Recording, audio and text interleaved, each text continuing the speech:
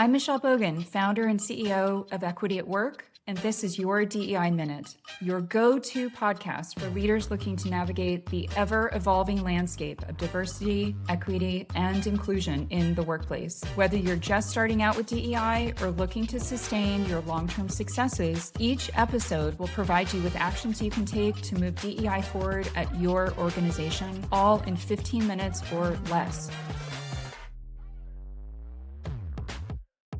In this episode, I want to spend some time talking about the risk of overcompliance. Now, that may sound like a funny thing to be talking about related to DEI, especially with, in the US, all the executive orders that came out in January and some of the continued publications of different civil rights fraud initiatives and other actions coming through the Department of Justice related to DEI. The intent of that, of all of those orders and the continued publications that come out, just reinforcing some of the elements of that, was really to create a combination of some fear, some confusion, a little bit of chaos related to what exactly is legal now related to DEI in the US. And what it comes down to really is there are just a very small handful of things that are now not legal. DEI in total is still absolutely legal in the US. The elements that have been defined as not legal under the Trump administration are just a handful of things, which most people in this day and age weren't really doing anyway. When I talk things like setting quotas, absolutely you can set goals. You should have ambitions, you should have goals that you're going after. That's different than setting a quota where you're saying we want one or two of this and this. A couple other spaces around, programs specifically to attract or to promote or develop a particular group of employees. That is now illegal.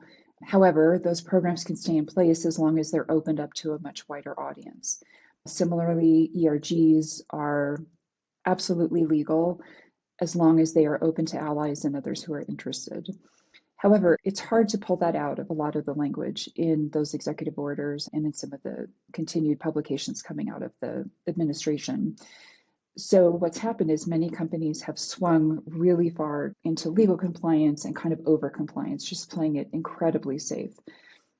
I don't blame anyone for doing that. If you are a recipient of federal funds, or any kind of grant money or anything else where you're really dependent on government contracts or any of that for a significant portion of your revenue, or if you're a nonprofit who's very dependent on that to stay afloat, or academic organization in a similar situation, absolutely you have to be incredibly careful from a legal standpoint. However, what we've seen is that a lot of people have gone so far that they've forgotten about the trade-offs that can come with being hyper vigilant on the legal front. So really, you've got to step back and think about, what are the different tensions at play here, and how do we think through finding the right balance of the legal risk against things like employee risk, financial risk, and social or reputational risk. There was a recent study that came out from the Meltzer Center for Diversity, Inclusion, and Belonging at NYU School of Law and Catalyst, both great organizations that do a lot of great research and education related to DEI and DEIB. And they found some really positive information in terms of CEOs wanting to continue to be very committed to this work, that employees still consider it table stakes, that consumers are very much still looking to some of their key brands to set a standard in this space. And so that really touches on, the financial, the talent, and the reputational risk that you really have to balance against the legal component. So when I talk about striking that balance, what you really are trying to do is say, okay, yes, let's assess what our legal risk is. If you're a large company, you probably have a general counsel who can help you do that. You can also use employment attorneys to help you do that kind of assessment. They can even provide certifications that you are not violating any of the executive orders. If you've got analytics you're running or other things that you're now feeling kind of nervous about, you can run that through an employment attorney so that that information becomes privileged, which means, it'll be kept very confidential. You may need to tighten up some of your processes and policies and procedures, but all of that falls within the legal realm. So your general counsel or outside counsel should be helping to help you kind of figure out how to strike the right balance in that space.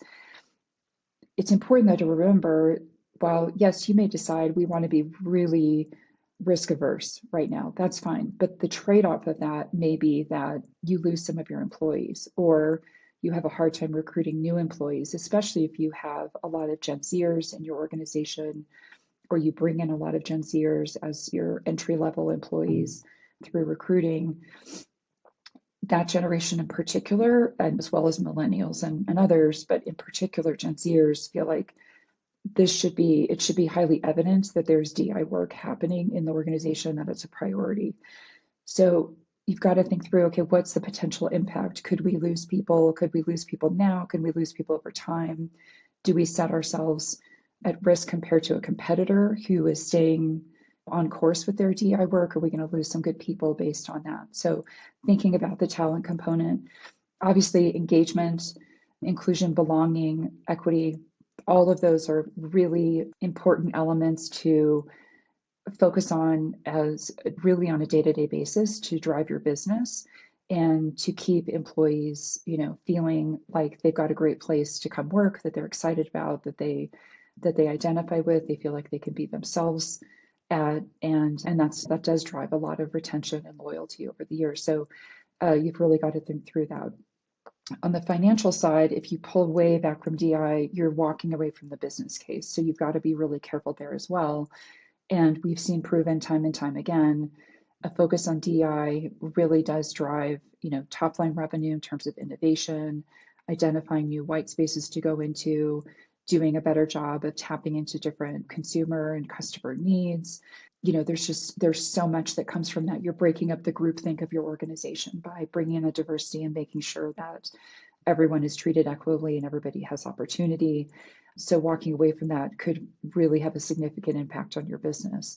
There's also a huge bottom line component to this in terms of reduction in turnover, extending tenure, extending retention, having better engagement. All of those things help to reduce costs. So you've really got to balance both of those when you're thinking about pulling back from DEI. And some of those things may not feel so immediate term. And obviously, if you're balancing those against getting federal funding, you may say, like, I've got to take that hit because we need those federal dollars to stay afloat, to keep the doors open, and so forth. And that's completely fine.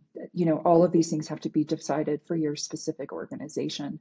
But what I want to remind you is, you are making trade-offs as you go through these different decisions. So you just want to go into that with eyes wide open. The other component of this, and this ties very much to the financial and talent, is kind of the social reputational piece of it. And, we've seen some businesses really get slammed by pulling back from DI. Target, of course, is the most visible example as a really prominent consumer brand.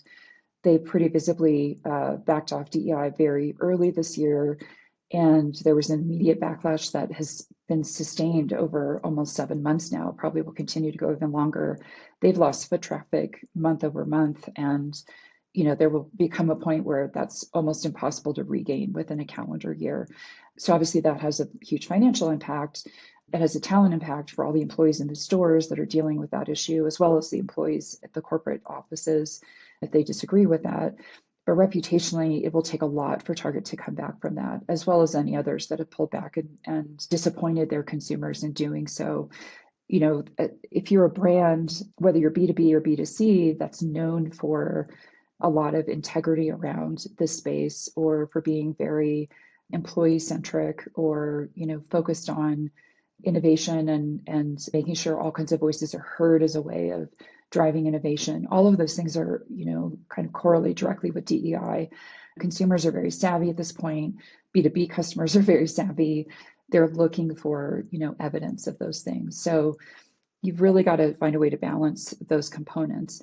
A couple of ways to do that is, within your C-suite, make sure that the general counsel has a voice, as well as, your CFO, your chief people officer or chief HR officer, your COO, obviously the CEO, that everyone together is making these decisions, that you're balancing it as a total team so that you're well aware of the trade-offs and the risks, and that from a communication standpoint, you can get ahead of that. Some other companies are setting up kind of governance committees around this. So maybe there's a pre-step before it goes to the C-suite or the leadership team, where you've got a subcommittee of experts in each of those spaces that are kind of assessing risk and running different scenarios and making recommendations up to the C-suite. And then setting up ongoing tracking so that you may hit a point where you decide, okay, we had to do that for some period of time, and now it's time to switch gears and come back to a more balanced space, or to lean in more heavily on employee, or one of the other elements. For all of this work, as with all DEI work, communication is really, really important to bring into these discussions and the rollout of those decisions. The organization needs to be brought along. They need to understand the purpose. They need to understand the rationale. They need a lot of clarity so that they don't feel like, these things are happening in a black box, and that they have no, understanding, or just can't see where the path forward is.